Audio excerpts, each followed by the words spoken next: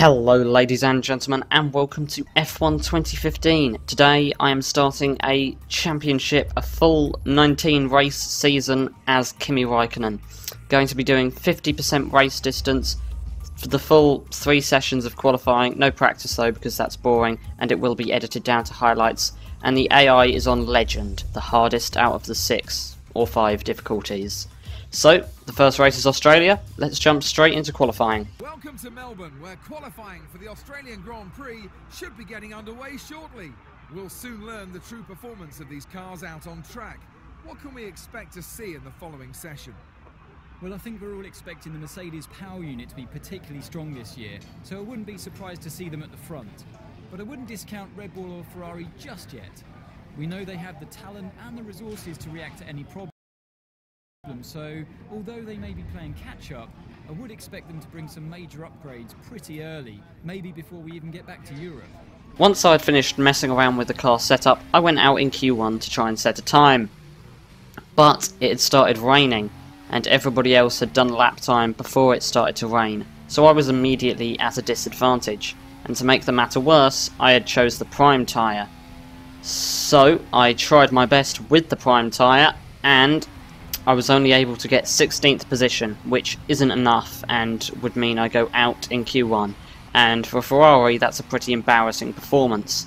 So I went into the pits and put on a set of the options. But there was another problem, as after coming in for the option tyre, the rain had got considerably heavier and it was almost time for intermediate tyres. And I knew at this point there was absolutely no chance of me getting into the top 10 unless the rain just spontaneously stopped. And even still, the track would be wet, and we've only got 5 minutes left of the session. So, after doing what can only be described as an appalling lap, I pretty much gave up and faced the fact that the championship has started terribly, as I am out in Q1, starting 16th. That's not what I wanted for the first race at all, really. We've got a difficult job on our hands in the race tomorrow. The crowd are here and here in force for what is going to be a fantastic day of racing. Welcome to the Australian Grand Prix. What a great start to the season for Nico Rosberg. He's on pole for today's race. He'll be delighted with how qualifying went yesterday, but knows there's a lot of hard work to come before he can secure that race win. Well, Nico will be focused on the task at hand. He's on pole position, he's proven his speed, and if he can just stay out in front, he should be able to create a gap. So I think he's got a good chance of victory today, as long as he has no car issues along the way. Daniel Kvyat looks to have the upper hand on Daniel Ricciardo this weekend. He really is dialed into this track. Beware the Russian Crofty. He's on fire so far this weekend, and looks to be able to get more out of that Red Bull over this circuit than Ricciardo can. Can he keep that going for the duration of the race though? So here I am, on the grid, ready to start the Australian Grand Prix. I've decided to start on the prime tyre, just to see if that can give me an advantage. And we've got a terrible getaway. Oh, this weekend's just getting better and better. Ricciardo has passed us. Why is Ricciardo 18th on the grid? I go down the inside, I look down the inside of NASA, have a lock up. Ooh, touch of oversteer out of turn 1. Good thing Ricciardo didn't try go around the outside, otherwise that would have been major contact. Coming down into turn 3, I'm eyeing up the back of Button, but they're going so slowly. It really is a complete trolley train into turn 3. I'm running wide round turn 4. I'm just counting now. Turn 5, I get a brilliant exit and manage to pass Button. Even have a look down the inside of Nasser and Grosjean. Going 3 wide through there really wouldn't have been a very clever idea. And I managed to slot in between the Sauber and the McLaren. Now I've got a brilliant run on NASA coming into this bend, which I've lost count of. Lock up and almost hit the back of Grosjean. He locked up as well, so that could have been a spectacular accident. And that's us up into P14, so it's only actually 2 positions gained. It seemed like a lot more than that at the time. As we come around the final part of the lap, I've caught right up to the back of Grosjean, and as we come into the second to last bend, I go down the inside very quickly. I think I locked the inside tyre as well, but that is a move done. I didn't even anticipate getting the move done there at all. But that's P13 as we close lap 1. Now let's chase after Verstappen.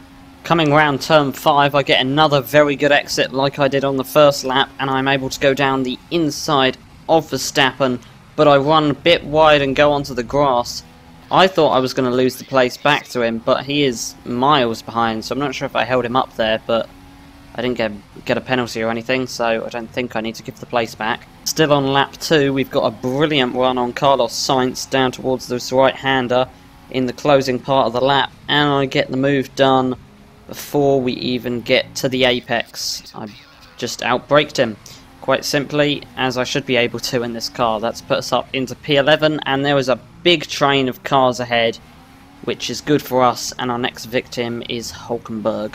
It's lap 4, and I've got a good run on Hulkenberg in the same place I overtook Carlos Sainz just a few seconds ago for you, and I'm able to get the move done again in the same place, although Hulkenberg did put up a little bit more resistance than Sainz did. You may have noticed that it is starting to rain and that it will be intermediate conditions quite soon, but that is what you have to figure out. If you can get the switch to intermediates at the right time, I can gain a lot of time, so things are starting to look up for me now, and I'm already in a points finishing position, so things are on the up, although everybody else is still on the quicker tyre. They are on the options, whereas I am on the primes. I'm now in the slipstream of Maldonado, a little bit of contact with the back of his car, and he's able to hold it around the outside despite my efforts to overtake. I'm fighting the oversteer as we come out of that bend, what with the less grippy tyres and the rain, but I'm able to go down the inside into this fast chicane, and it looks like he's made a mistake because he's even dropped a place to Hulkenberg. It's the end of lap 7 now, and I am really struggling in these conditions. I think it's definitely time for intermediate tyres, but I'm going to get the most out of these primes and go for one more lap, whereas the AI don't, and they decide to switch to the intermediates. At the end of lap 8, I decide it is time for the intermediate tyres, and I bring it into the pits. And Massa, who also stayed out the lap before, has brought it in as well. What tyres is he going on to? I could see the used mediums. He's on softs! Massa has pit for the... Oh, I've made the wrong call, haven't I? Oh my... No, my tyres are going to overheat. It's going to be completely undrivable. I think the AI have made the wrong call, because I have caught up to Ericsson so quickly, and he is going so slow around the apexes, and actually I'm able to overtake him into the second to last bend. And yet, everybody's going into the pits, even Massa, who only pit for softs the lap before. This is absolutely brilliant. They've all made the wrong call, and now they're all going to be a pit stop down, which is like, no, they've done a pit stop more than me, so that's 20 seconds that I've just gained on everyone. And I have pretty much been gifted second place thanks to my strategy. Can I catch Rosberg now and take what would be a very unsuspected win? It's lap 14 now, and Rosberg has completely buggered off into the distance, and my teammate Vettel has caught up to me and tries the inside into this fast chicane. He almost gets the move done, but I'm able to hold it round the outside, and then I squeeze him on the outside, and as we approach this right-hander, I think he just settles for staying behind me. But my engineer starts talking to me about the chance of switching to slicks. As we come down the main straight to start lap 15, I have to go defensive from Sebastian Vettel. I take the inside line, he makes a mistake and really goes wide, and I'm able to hold second place. Here is a replay of it from Sebastian's point of view. He's ahead in the braking zone, but he just doesn't brake enough, quite simply. At the end of lap 17, I decide to come in for option tyres. These are going to take me to around lap 22, 23, and then I'm going to go primes to the end. That is my plan. And Rosberg goes past, Kvyat seems to have overtaken Vettel for third, and I come back out in second place where I was before Rosberg stopped. He stopped a lap earlier than me. Not much really happened in that stint. I was kind of just driving around on my own in second place. Although Rosberg sets the fastest lap here because of the dry track and the fresh option tyres. And then I am able to fight back and improve on that best lap time. So that was quite an interesting battle. And then Rosberg goes ahead and sets the fastest lap again. And then Hamilton joins in the battle, and I'm not able to match either of their laps, which is understandable because they have a faster car. At the end of lap 22, I bring it into the pits for my final pit stop. I'm having the prime tyres fitted because I know they will be able to take me to the end without too much tyre wear. Although what I don't realise at this point is that everybody else pits and puts the option tyre on. You can see Sebastian in the pit box behind me there. He pits for the options, so his tyres will wear faster, but he has more grip. This sets us up for an interesting battle. On lap 26, Vettel has caught up to the back of me, and he is looking to pass as we come into this right-hander. He goes on the grass. I suddenly leave him space. I don't want to crash him out. We are teammates after all. There is a Constructors' Championship. You can see on the replay him going on the grass trying to get past me before I suddenly decide to leave him space on the outside, and he just... well, he's just not able to carry as much speed around the outside. The battle isn't over yet. Vettel is slipstreaming me and using DRS on the main straight. I leave just enough space on the outside and squeeze him in the braking zone. That makes him go wide. That's a copy and paste of what he did earlier. Here is a replay of the attempted move. Sebastian just not able to get it done round the outside. You can hear the crowd applaud with the great racing they're seeing. Sebastian trying to overtake again on the next lap. This time he goes for the inside. I pretty much forgot to go defensive, but he really parks the bus on the apex and I'm able to drive around the outside of him. We're on the final lap now and Nico Rosberg wins the race, but the battle for second place is nowhere near over as Sebastian Vettel tries the outside into this right-hander.